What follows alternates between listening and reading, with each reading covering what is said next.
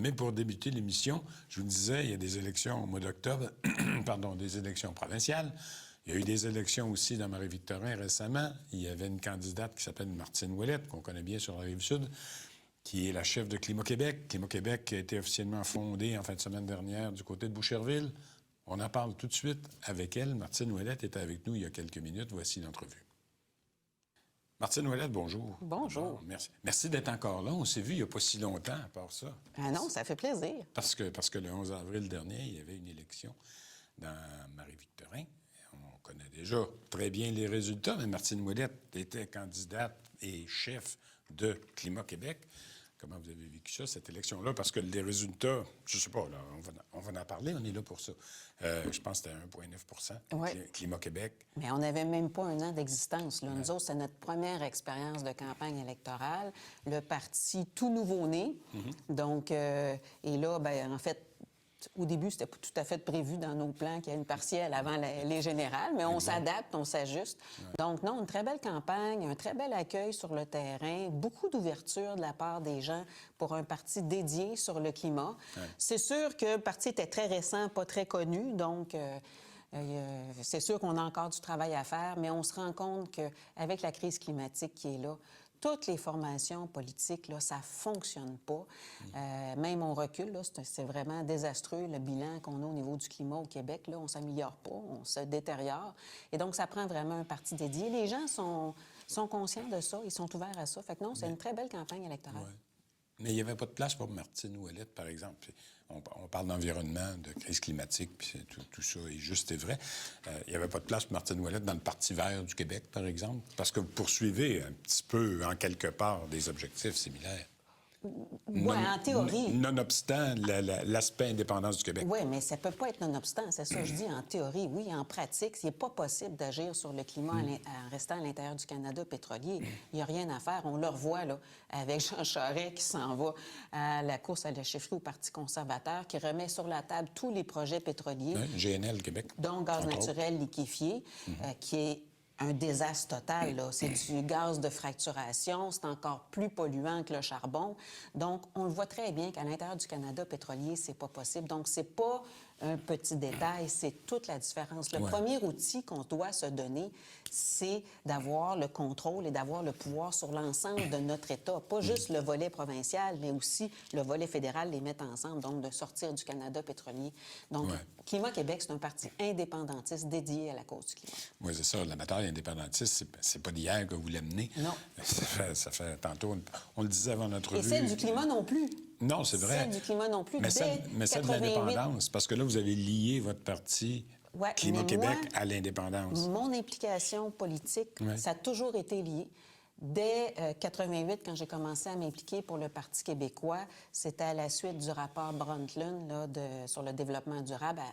C'était la base du développement durable, là, qu'on devrait plutôt nommer soutenable. Là. Et donc, déjà, l'aspect climat était là. Donc, moi, ça a toujours été vraiment, vraiment lié.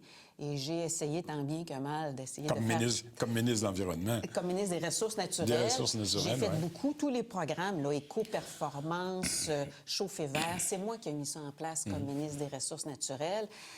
Donc, aussi essayer de maintenir l'éolien, même si on était dans une période à ce moment-là de surplus pour s'assurer qu'on ait encore des manufacturiers au Québec, toujours dans une perspective de changement climatique. Mais je me suis bien rendu compte que dans les partis traditionnels, les lobbies, il y a trop de grande proximité avec les lobbies économiques pour être capable de vraiment donner un coup de barre. C'est un coup de barre à 180 degrés qu'il faut donner au Québec.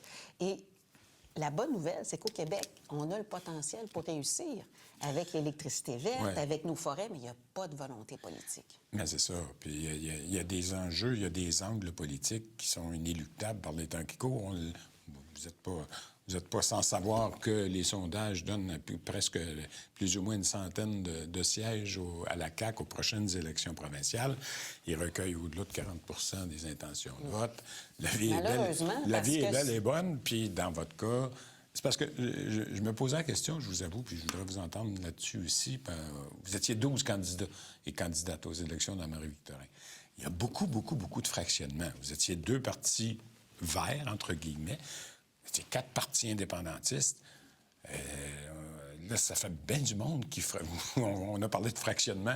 Ça fait bien du monde qui fractionne Puis les il va se idéologies. rajouter à ça deux partis ultra-fédéralistes Oui, qu'on aussi. voit arriver à Montréal. Effectivement. Je pense qu'effectivement, la politique change Ouais. au Québec, que l'idée d'avoir seulement deux partis, ce n'est plus comme ça qu'il faut travailler. Il faut travailler autrement. Et c'est sûr, quand on voit 12 candidats, les gens disent c'est vrai, puis c'est vrai que c'était beaucoup. Oui. Mais il faut juste se dire que souvent, ça arrive. Là, moi, quand j'étais dans Vachon, là, il y avait 7-8 candidats. Là, hein? Oui, Même si on entend parler juste de 2-3, là, souvent, il y avait quand même une assez longue liste. Là.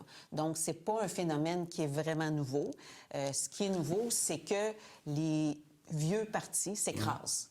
Et Oui, donc, oui, c'est ça, vrai. c'est vraiment complètement une nouveauté. Que ce soit le Parti libéral, que ce soit le Parti québécois, on le voit, il y a une baisse de Oui, confiance tout à fait. marquée. Et moi, je pense que c'est justement un momentum pour Climat Québec. Donc, pour pouvoir faire sa place, de partir à neuf, partir avec une nouvelle culture, partir avec des enjeux très clairs, sortir de la langue de bois. Je crois que les citoyens n'en peuvent plus de se faire promettre une chose, puis qu'une fois que les gens sont au pouvoir, c'est le contraire de ce qui se passe. On l'a vu avec les proportionnels. On le vu avec les Entre proportionnels. Et il faut se dire qu'on est dans un contexte particulier. On n'a jamais vécu ça. C'est vrai que la CAQ actuellement domine, mais la CAQ a été à l'avant-scène pendant 2 ans, François Legault en particulier, pendant 2 ans Oui, les pendant 2 la dernières pandémie, années, omniprésent. Il a occupé tout l'espace A occupé politique. tout l'espace, C'est n'a vrai. pas laissé d'espace aux autres partis politiques en empêchant justement que certaines questions soient discutées à l'Assemblée nationale. Les autres formations politiques n'ont pas non plus pris leur place. Donc, on le voit là. Ça ne fonctionne pas, cette Ouais, façon-là de faire de la politique. Il y a une polarisation actuelle au niveau politique, mais on revient à Climat Québec, parce qu'on va parler aussi de ce qui s'est passé en fin de semaine dernière, mais dans la perspective qu'on vient d'évoquer, à 1,9 %, on verra bien sûr lors des prochaines élections générales qu'est-ce que ça va donner, mais justement, le fractionnement des partis, on l'a dit aussi, vous étiez 12 candidats dans l'élection et candidates dans l'élection dans Marie-Vic. Tout ça fait en sorte aussi, selon moi, que ça éloigne les plus petites formations du pouvoir encore plus. Bien, je pense qu'il y a une période actuellement, puis nous, à 1,9 % on commence, là. On est à 5 points du Parti libéral, quand même, là. Hein? Oh, non, mais on va se le dire, là. On est dans un bizarre de contexte actuellement. Une partielle qui a voulu être polarisée par les grands médias, et c'est Oui. ce qui est Ben arrivé. oui, le focus était là. Ils l'ont travaillé beaucoup dans ce sens-là. Ils ont réussi à polariser cette élection-là. Mais la crise climatique, elle est là, là. Et peu importe ce qui se passe dans les sondages, peu importe que la CAQ ferme les yeux, la crise climatique, elle avance et on va frapper un mur. Et le temps, malheureusement, je dis bien malheureusement, mais les événements encore de cet été, les catastrophes naturelles, on va en vivre. Et les gens sont en train de se réveiller.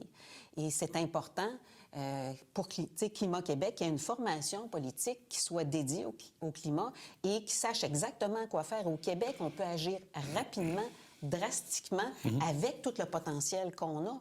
On peut le faire. C'est pas partout sur la planète où c'est possible. Mais nous, on peut le faire. Et j'entends souvent, ouais, mais avec la Chine, ce qu'on va faire, c'est une goutte d'eau dans l'océan. Il y a le reste de la planète aussi. Il y a le reste de la planète. Mais si tout le monde se dit ça, il ne se fera jamais rien. Et nous, on est bien positionnés. Et donc, ceux qui sont bien positionnés, s'ils ne font rien, ils abdiquent leurs responsabilités. Et je ne sais pas si vous saviez, mais au Québec, on pollue plus par habitant que la Chine. Fait qu'avant de commencer à dire que les autres ne font pas leur travail, il faudrait qu'on fasse notre propre travail dans notre propre cours.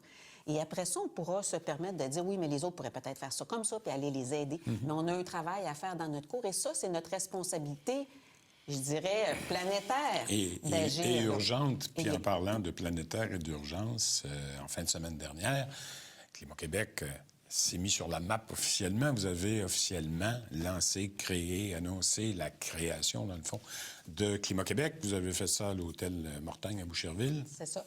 Bien, un grand pas de franchi, notre congrès de fondation, qu'on a retardé parce que là, on était pris avec les contraintes sanitaires de la COVID. Avec une élection partielle. Oui, mais c'est ça. On voulait être certain de faire un moment où il n'y aurait pas de renforcement.